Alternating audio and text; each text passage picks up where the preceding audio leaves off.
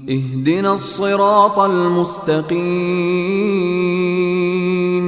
بسم اللہ الرحمن الرحیم۔ سورہ آل عمران کی آیت نمبر 128 سے 129 کا مضمون، ہدایت دینے کا اختیار صرف اللہ تعالیٰ کا ہے۔ لیس لک من الامر شیء او یتوب علیہم او یعذبہم فانہم ظالمون۔ ترجمہ، نہیں ہے آپ کا اس معاملے میں کوئی دخل، چاہے تو اللہ ان کی توبہ قبول فرما لے اور چاہے تو عذاب دے انہیں، پس بے شک وہ ظالم ہے۔ تفسیر، احد کے دن جب حضور صلی اللہ علیہ وآلہ وسلم کے دندان مبارک شہید کیے گئے، رخ انور زخمی کیا گیا، تو حضور صلی اللہ علیہ وآلہ وسلم نے فرمایا، وہ قوم کیوں کر نجات پا سکتی ہے جس نے اپنے اس نبی کے سر کو مجروح کیا اور دانت شہید کیے، جو انہیں اللہ تعالیٰ کی طرف بلاتا ہے۔ اس وقت یہ آیت نازل ہوئی، یعنی حضور صلی اللہ علیہ وسلم نے ان لوگوں کے حق میں بد دعا کرنے کے لیے اللہ تعالیٰ سے اجازت طلب کی تو یہ آیت نازل ہوئی، اور حضور صلی اللہ علیہ وسلم کو معلوم ہو گیا کہ ان میں سے کئی لوگ مسلمان ہوں گے، چنانچہ ایک کثیر تعداد اسلام لائی۔ انہی میں حضرت خالد رضی اللہ تعالیٰ عنہ بھی تھے۔ حضرت فاروق اعظم رضی اللہ تعالیٰ عنہ کے یہ کلمات کتنے حقیقت افروز اور ایمان پرور ہیں۔ ترجمہ، اے اللہ کے پیارے رسول صلی اللہ علیہ وآلہ وسلم، میرے ماں باپ حضور پر قربان ہوں۔ نوح علیہ السلام نے اپنی قوم کے لیے بد دعا کی کہ اے رب، زمین پر کسی کافر کو سلامت نہ رہنے دے۔ اگر حضور صلی اللہ علیہ وسلم بھی ہمارے لیے بد دعا کرتے تو ہم سب کے سب ہلاک ہو جاتے، لیکن اے سراپا کرم، آپ کی پشت پاک پر قدم رکھے گئے، رخ پر نور زخمی کیا گیا، دندان مبارک توڑے گئے، بائیں ہمہ آپ نے دعائے خیر ہی فرمائی اور یہی عرض کی کہ اے رب، میری قوم بے علمی سے یہ کر رہی ہے، تو اس کو معاف فرما دے۔ اس آیت کریمہ کا یہ مدعا نہیں کہ حضور صلی اللہ علیہ وسلم کی دعا یا بد دعا کا اللہ کی جناب میں کوئی وزن نہیں۔ اس میں ذرہ بھر بھی شک نہیں کہ ہر عزیز، حقیر و عزیز، سب کچھ بلا استثناء اللہ تعالیٰ کے قبضہ قدرت میں ہے، وہ نہ چاہے تو کوئی بھی کچھ بھی نہیں کر سکتا۔ لیکن اسی طرح اس میں بھی ذرہ بھر شک نہیں کہ مصطفیٰ صلی اللہ علیہ وآلہ وسلم کا ہاتھ اٹھے تو اجڑے دیار میں بہار آ جاتی ہے، انگلی کا اشارہ ہو تو چاند دو ٹکڑے ہو جاتا ہے، اور اس کی نظر کرم ہو تو کفر، شرک اور فسق و فجور کی تاریکیاں جگمگانے لگتی ہیں۔ وَلَسَوْفَ يُعْطِيكَ رَبُّكَ فَتَرْضَىٰ کا وعدہ ہے اور اللہ کا وعدہ سچا ہوتا ہے۔ وَلِلَّهِ مَا فِي السَّمَاوَاتِ وَمَا فِي الْأَرْضِ يَغْفِرُ لِمَن يَشَاءُ وَيُعَذِّبُ مَن يَشَاءُ وَاللَّهُ غَفُورٌ رَحِيمٌ۔ ترجمہ، اور اللہ ہی کا ہے جو کچھ آسمانوں میں ہے اور جو کچھ زمین میں ہے، بخش دیتا ہے جسے چاہتا ہے اور سزا دیتا ہے جسے چاہتا ہے، اور اللہ بہت بخشنے والا، رحم فرمانے والا ہے۔ اگلی 130 سے 131 آیت کا مضمون، سود مرکب کی حرمت۔ یا ایھا الذین آمنوا لا تأکلوا الربا اضعافا مضاعفۃ واتقوا اللہ لعلکم تفلحون۔ ترجمہ، اے ایمان والو، نہ کھاؤ سود دگنا چگنا کر کے، اور ڈرتے رہو اللہ سے تاکہ تم فلاح پا جاؤ۔ تفسیر، سود اور سود کی حرمت پر مفصل بحث سورہ بقرہ میں گزر چکی ہے۔ نزول کے اعتبار سے یہ آیت سورہ بقرہ کی آیات سے مقدم ہے۔ یہاں اس سودی نظام کو حرام کیا جا رہا ہے جس کا اس وقت عام رواج تھا۔ رواج یہ تھا کہ کسی نے ایک مدت مقررہ تک قرض لیا، جب وہ مدت ختم ہوئی اور قرض خواہ نے رقم کا مطالبہ کیا تو مقروض کہا کرتا کہ تم میعاد بڑھا دو، میں رقم میں اضافہ کر دیتا ہوں۔ یہ سلسلہ مدت تک جاری رہتا، یہاں تک کہ اصل رقم کئی گنا بڑھ جاتی، جسے سود در سود یا سود مرکب کہا جاتا ہے۔ اس ظالمانہ نظام کو اسلام نے ختم کر دیا، کیونکہ اس سے اگر ایک طبقہ میں تن آسانی، حرام خوری، حرص و بخل کے جذبات پرورش پاتے ہیں تو قوم کے دوسرے طبقے میں حسد و عناد اور منافقت کی تخم ریزی ہوتی ہے۔ وہ امت جسے دنیا میں تبلیغ، توحید و ہدایت کا ایک عظیم المرتب مشن سر انجام دینا ہو، اس میں ایسے عناصر کو کب برداشت کیا جا سکتا ہے جو ملی وحدت کو پارا پارا کر دیں۔ اس لیے اگلی آیتوں میں یہاں تک فرما دیا کہ اگر تم نے اس سودی کاروبار کو نہ چھوڑا تو اس عذاب میں مبتلا کیے جاؤ گے جو کفار کے لیے تیار کیا گیا ہے۔ پیشتر افراد اور قومیں اپنی فلاح و کامرانی کو دولت کی فراوانی میں مضمر سمجھتی ہیں اور اس کے حصول کے لیے جائز و ناجائز، حلال و حرام کی تمیز کیے بغیر کوشاں رہتی ہیں۔ مسلمانوں کو بتایا جا رہا ہے کہ دوسروں کی طرح تم بھی اس فریب میں مبتلا نہ ہو جانا، حقیقی فلاح متقی بننے سے نصیب ہوتی ہے۔ واتقوا النار التي اعدت للکافرین۔ ترجمہ، اور بچو اس آگ سے جو تیار کی گئی ہے کافروں کے لیے۔ اگلی 132 سے 133 آیت کا مضمون، اہل ایمان کے لیے قیمتی ہدایات۔ وَأَطِیعُوا اللَّهَ وَالرَّسُولَ لَعَلَّکُمْ تُرْحَمُونَ۔ ترجمہ، اور اطاعت کرو اللہ کی اور رسول کریم کی تاکہ تم پر رحم کیا جائے۔ وَسَارِعُوا إِلَى مَغْفِرَةٍ مِّن رَّبِّكُمْ وَجَنَّةٍ عَرْضُهَا السَّمَاوَاتُ وَالْأَرْضُ أُعِدَّتْ لِلْمُتَّقِينَ۔ ترجمہ، اور دوڑو بخشش کی طرف جو تمہارے رب کی طرف سے ہے، اور دوڑو جنت کی طرف جس کی چوڑائی آسمانوں اور زمین جتنی ہے، جو تیار کی گئی ہے پرہیزگاروں کے لیے۔ تفسیر یعنی ان اعمال کی بجا آوری میں تیزی کرو جو مغفرت کے حصول کے اسباب ہیں، ان میں سابقہ گناہوں سے توبہ، آئندہ گناہوں سے اجتناب کا عزم، ہر قسم کے نیک کاموں کا بجا لانا سب داخل ہیں۔ بعض کا ارشاد کہ جنت کی چوڑائی فی الواقع اتنی ہے جتنا آسمانوں اور زمین کا مجموعی رقبہ ہے، اور چوڑائی کی فراغی اور وسعت کا یہ عالم ہے تو اس کی لمبائی کا کیا کہنا۔ لیکن علماء لغت و ادب کی رائے ہے کہ یعنی یہاں جنت کے عرض کی مساحت کو آسمانوں اور زمینوں کی مساحت کے برابر ثابت کرنا مقصود نہیں، بلکہ بطریقہ استعارہ یہ بتانا مقصود ہے کہ جتنی وسعت کا تم تصور کر سکتے ہو جنت اس سے بھی وسیع تر ہے۔ اگلی 134 سے 136 آیت کا مضمون متقی کون ہیں؟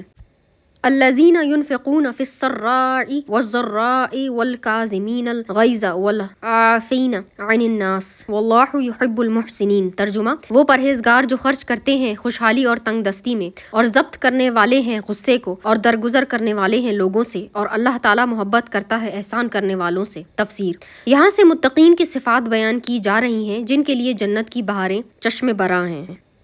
ان کی پہلی صفت یہ ہے کہ وہ خوشحالی میں اور تنگ دستی و افلاس میں اپنا عزیز مال اللہ تعالیٰ کی رضا جوئی کے لیے خرچ کرتے ہیں۔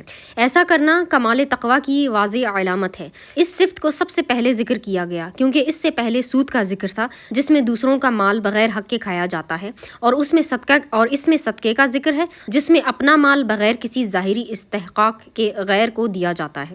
اگلا ہے قزم غیظ، ان کی دوسری صفت ہے۔ غیظ شدت غضب کو اور قزم بھری ہوئی مشق کے منہ باندھنے کو کہتے ہیں۔ بعض اوقات ایسی ناپسندیدہ حرکات اور جرر رساں امور رونما ہوتے ہیں جن سے انسان برا فروختہ ہو جاتا ہے اور جذبہ انتقام سے اس کا دل لبریز ہو جاتا ہے۔ ایسے حال میں اپنے غصے کو پی جانا بے شک بڑی ہمت کا کام ہے۔ اگلا ہے اس کی تیسری صفت عفو ہے۔ عفو کہتے ہیں باوجود قدرت کے انسان کسی کی خطا اور ضرر رسانی پر صرف خاموش ہی نہ رہے بلکہ دل سے اسے معاف بھی کر دے، یہ چیز قزم غیظ سے اعلیٰ ہے۔ اگلا ہے ان کی چوتھی صفت احسان ہے۔ یہ مرتبہ تمام پہلے مراتب سے بلند تر ہے کہ انسان دشمن سے انتقام بھی نہ لے، اسے دل سے معاف بھی کر دے، صرف یہی نہیں بلکہ اس پر لطف و احسان بھی کرے، اس کی جلالت شان کی طرف اشارہ کرنے کے لیے اسلوب کلام بدل دے، اور یہ بھی بتا دیا کہ ان کو محبوبیت کا شرف بخشا جاتا ہے۔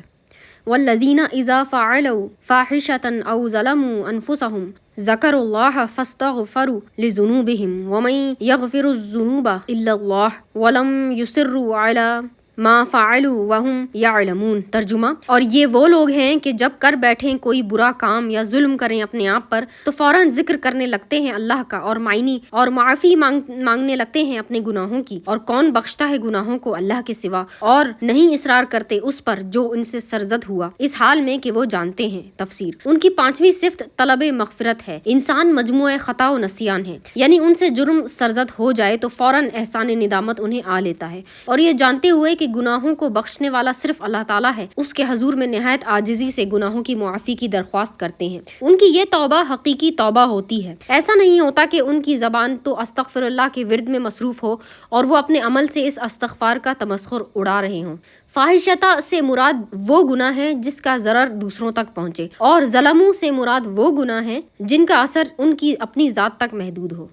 اولئک جزاؤہم مغفرۃ من ربہم وجنات تجری من تحتها الانہار خالدین فیہا ونعم اجر العاملین۔ ترجمہ یہ وہ نیک بخت ہیں جن کا بدلہ بخشش ہے اپنے رب کی طرف سے، اور جنت رواں ہیں جن کے نیچے ندیاں ہمیشہ رہیں گی ان میں، کیا ہی اچھا بدلہ ہے کام کرنے والوں کا۔ تفسیر آپ خود اندازہ لگائیے کہ جس شخص میں یہ خصال حمیدہ ہوں کیا وہ اپنے شہر، اپنی قوم اور اپنے ملک کے لیے باعث ہزار فخر و برکت نہیں ہوتا، بلکہ یوں کہیے کہ وہ سارے نوع انسانی کے لیے رحمت الہی ثابت ہوتا ہے، اور وہ اس کا جائز مستحق ہے کہ اسے اولئک الاخ کا مژدہ سنایا جائے۔ یہ ہے اخلاق کا وہ کامل معیار جس پر مسلمان کو پورا اترنا چاہیے۔ آخر وہ رحمت للعالمین کا غلام اور امتی ہے، وہ کیوں نہ اپنے آقا کی رحمت کا آئینہ ہو۔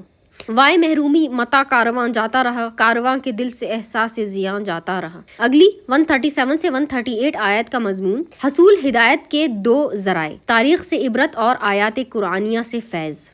قد خلت من قبلکم سنن فسیروا فی الارض فانظر کیف کان عاقبۃ المکذبین۔ ترجمہ، گزر چکے ہیں تم سے پہلے قوموں کے عروج و زوال کے قاعدے، پس سیر کرو زمین میں اور اپنی آنکھوں سے دیکھو کہ کیسا انجام ہوا دعوت حق کو جھٹلانے والوں کا۔ تفسیر، سنن جمع ہے سنت کی، اور سنت وہ راستہ ہے جو شاہراہ عام ہو، وہ طرز زندگی ہے جس کا ہمیشہ التزام اور پابندی کی جائے۔ غزوہ احد کی تکلیفات، بدر کی فتح مبین، سود خوری کے نقصان عظیم اور مرد مومن کی صفات کا ذکر فرمانے کے بعد بتایا جا رہا ہے کہ زمین کے اس کھلے ہوئے صفحے پر تم سے پہلے گزری ہوئی اقوام کے حالات جلی قلم سے مرقوم ہیں، تم انہیں پڑھ لو۔ فتح و سرخروئی کی عزت انہیں دی گئی جو ان صفات کے مالک تھے، اور ناکامی و ذلت انہی کے حصے میں آئی جو ان سے محروم تھے۔ قدرت کے قوانین یکساں اور اٹل ہیں، کسی کے لیے انہیں توڑا نہیں جاتا۔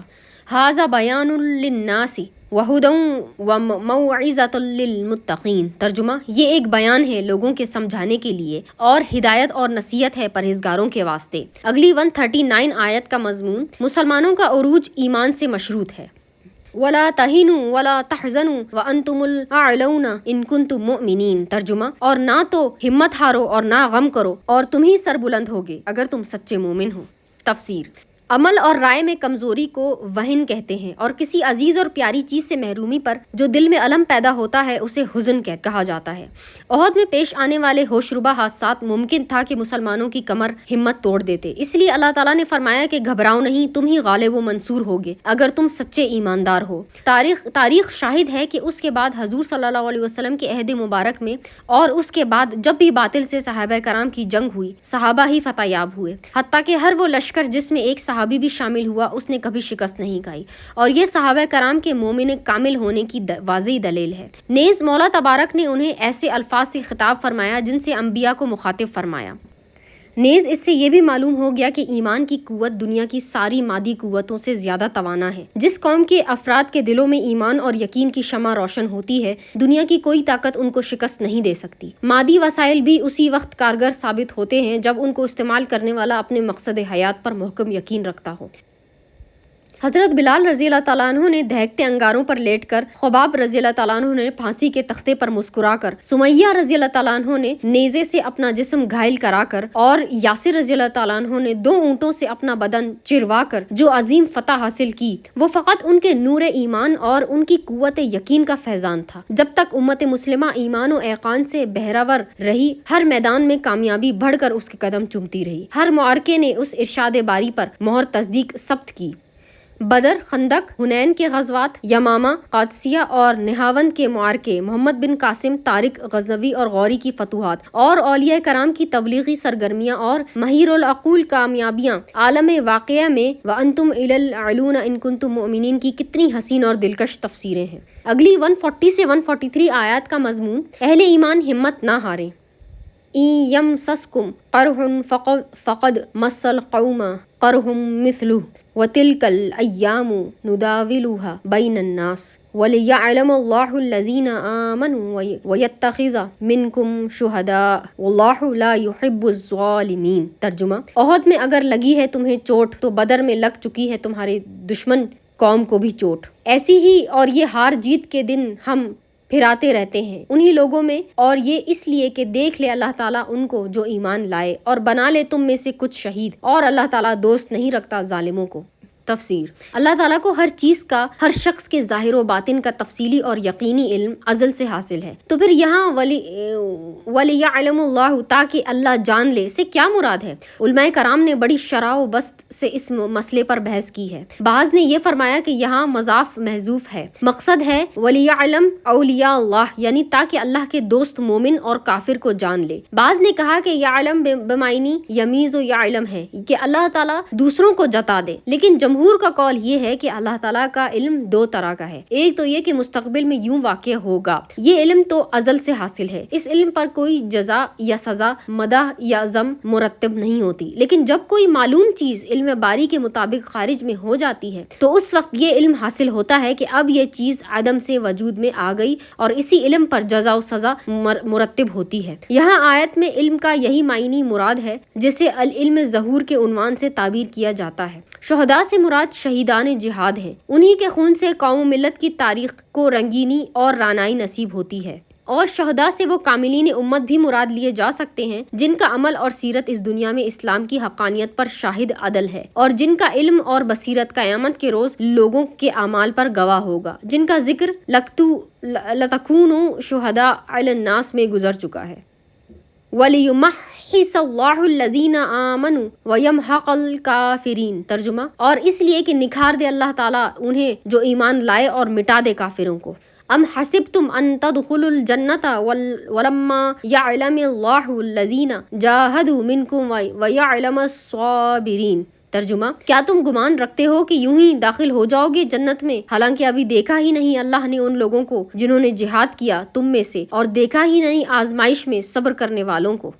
وَلَقَدْ كُنْتُمْ تَمَنَّوْنَ الْمَوْتَ مِنْ قَبْلِ أَنْ تَلْقُوهُ فقد رأیتموہ وانتم تنظرون، ترجمہ، اور تم تو آرزو کرتے تھے موت کی اس سے پہلے کہ تم اس سے ملاقات کرو، سو اب دیکھ لیا تم نے اس کو اور تم آنکھوں سے مشاہدہ کر رہے ہو۔ اگلی 144 آیت کا مضمون وابستگی نبی صلی اللہ علیہ وسلم کی حیات سے نہیں ان کے مشن سے رکھو۔ وما محمد الا رسول قد خلت من قبلہ الرسل افإن مات او قتل انقلبتم على اعقابکم ومن ينقلب على عقیبه فلن يضر الله شيئا وسيجزي الله الشاکرین، ترجمہ، اور نہیں محمد صلی اللہ علیہ وسلم مصطفیٰ مگر اللہ کے رسول، گزر چکے ہیں آپ سے پہلے کئی رسول، تو کیا اگر وہ انتقال فرمائیں یا شہید کر دیے جائیں پھر جاؤ گے تم الٹے پاؤں دین اسلام سے، اور جو پھرتا ہے الٹے پاؤں تو نہیں بگاڑ سکے گا اللہ کا کچھ بھی، اور جلدی اجر دے گا اللہ تعالیٰ شکر کرنے والوں کو۔ تفسیر۔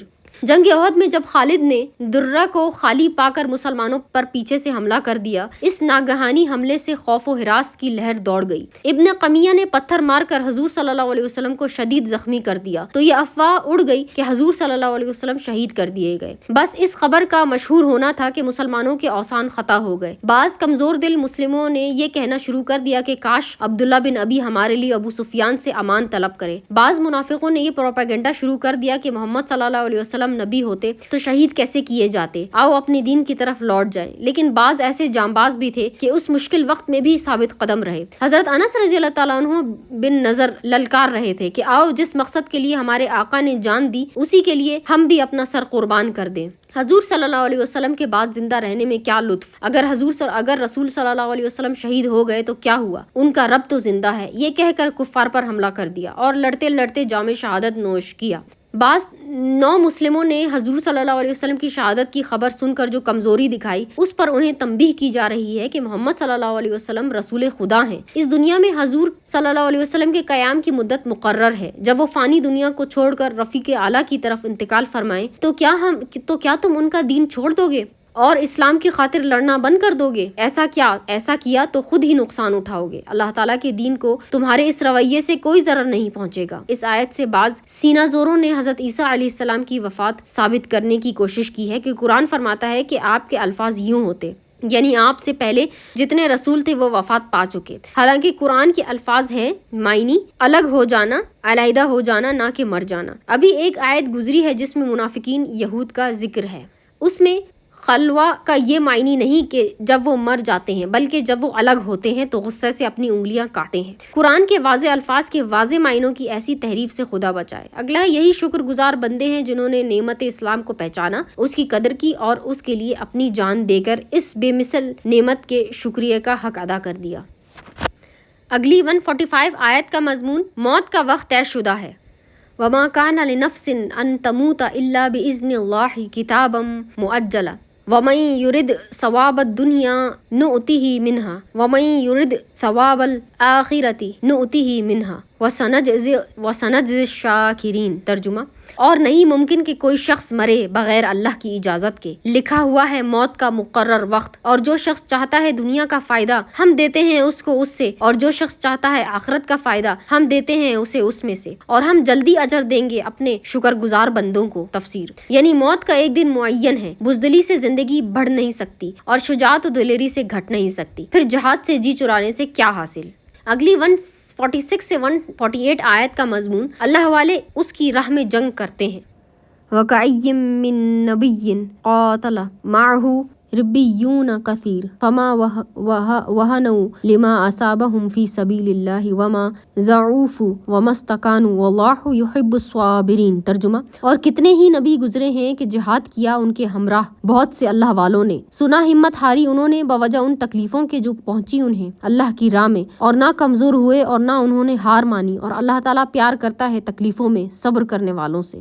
تفسیر، کائین کم خبر یہ کہ معنی میں ہے، اصل میں ای تھا، اس پر کاف تشبیہ کا داخل کر کے نون تنوین کو نون کی شکل میں لکھ دیا۔ کائین اس میں مشہور نعت کائن بھی ہے۔ ربیون کی راء پر تینوں حرکتیں آ سکتی ہیں۔ زمخشری نے تو اس کا معنی رب والے ہی کیا ہے، والربیون الربانیون کشاف، لیکن علامہ قرطبی نے اس کا دوسرا معنی انبوہ کثیر بھی لکھا ہے، ربیون الجماعت الکثیر۔ اس صورت میں اس کا واحد ربی ہے اور ربت بمعنی جماعت کی طرف منسوب ہے۔ اس آیت میں بھی ان لوگوں کو سرزنش کی جا رہی ہے جن کے قدم احد میں ڈگمگا گئے کہ پہلے بھی انبیاء کرام اپنے صحابہ سمیت کفر سے جنگ آزما ہوئے، لیکن وہ مصائب و شدائد میں گھبرائے نہیں، اور تم تو خیر الامم ہو اور سید الانبیاء کے غلام ہو، کیا تمہیں یہ زیب دیتا ہے کہ مصیبت کے لمحوں میں ثابت قدم نہ رہو؟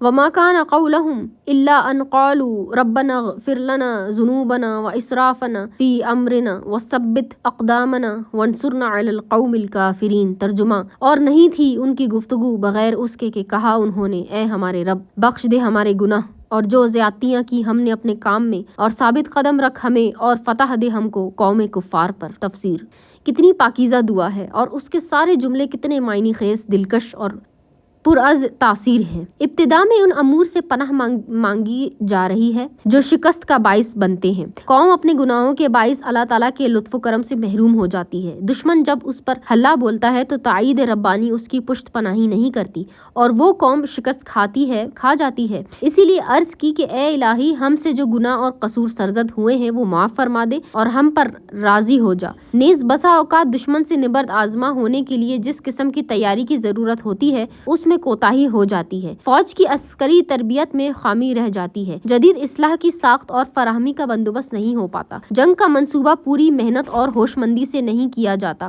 یہ چیزیں بھی ناکامی کا باعث بن جایا کرتی ہیں۔ ان کوتاہیوں اور غفلتوں سے بھی عفو و درگزر کی التجا کی جا رہی ہے، اس کے بعد فتح کے لیے دامن پھیلایا جا رہا ہے، لیکن پہلے میدان جنگ میں صبر و استقامت کی توفیق مانگی جا رہی ہے جو کامیابی کی شرط اول ہے۔ یہ جملہ دعا بھی ہے اور ایک عملی ہدایت نامہ بھی۔ جس امت کے پاس ایسی کتاب ہو جو نہ خود حقائق سے اغماس کرتی ہو اور نہ اپنے ماننے والوں کو اس غلط راستے پر چلنے کی اجازت دیتی ہو، وہ امت اگر طفل تسلیوں میں مبتلا رہے اور جھوٹی امیدوں کی بنیادوں پر ہوائی قلعے تعمیر کرتی رہے تو اس سے زیادہ المناک سانحہ اور کیا ہو سکتا ہے۔ اگلا ہے وَإِسْرَافِنَا فِي أَمْرِنَا، سے یہ مقصد بھی ہو سکتا ہے کہ اس خاص مہم کے لیے تیار ہونے میں جو غفلت اور تساہل ہو گیا جس کی وجہ سے فتح و کامرانی کے ظاہری اسباب کی تکمیل میں کمی رہ گئی، اس سے عفو و درگزر کی التجا کی جا رہی ہے، کیونکہ ہمیں توکل کے ساتھ ساتھ ظاہری اسباب مہیا کرنے کا بھی حکم دیا گیا ہے۔ فَآتَاهُمُ اللَّهُ ثَوَابَ الدُّنْيَا وحسنہ ثواب الآخرہ واللہ یحب المحسنین۔ ترجمہ، تو دے دیا ان کو اللہ تعالیٰ نے دنیا کا ثواب یعنی کامیابی اور عمدہ ثواب آخرت کا یعنی نعیم جنت اور لذت وصل، اور اللہ تعالیٰ محبت کرتا ہے نیکوکاروں سے۔ تفسیر، ثواب دنیا سے مراد فتح و ظفر، روب و دبدبہ اور تحسین و آفرین ہے، اور ثواب آخرت سے مقصود جنت، رضا الہی اور لذت وصل ہے۔